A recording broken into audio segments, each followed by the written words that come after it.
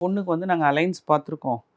பொண்ணு வந்து ஒன்று அலைன்ஸ் பார்க்க வரவங்க சொல்கிற டைமுக்கு வரமாட்டேங்குது.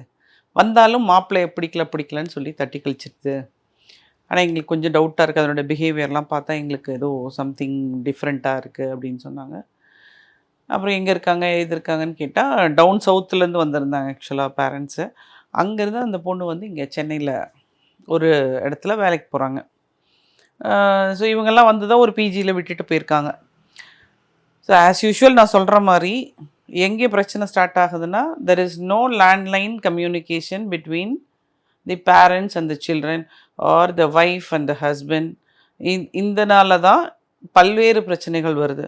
த சேம் வே நம்ம பிஜி ஹாஸ்டலில் இருக்கிற லேண்ட்லைனில் பேரண்ட்ஸ் எப்பயாவது ஒரு முறையாவது கூப்பிட்டு பேசணும். பிள்ளை இருக்கா இல்லையான்னு தெரிஞ்சுக்கணுமா வேண்டாமா? கண்டிப்பா. அதுவும் பிஜின்னா ஒர்க்கிங் விமென்ஸ் ஹாஸ்டல்னா நோபடி கேர்ஸ்.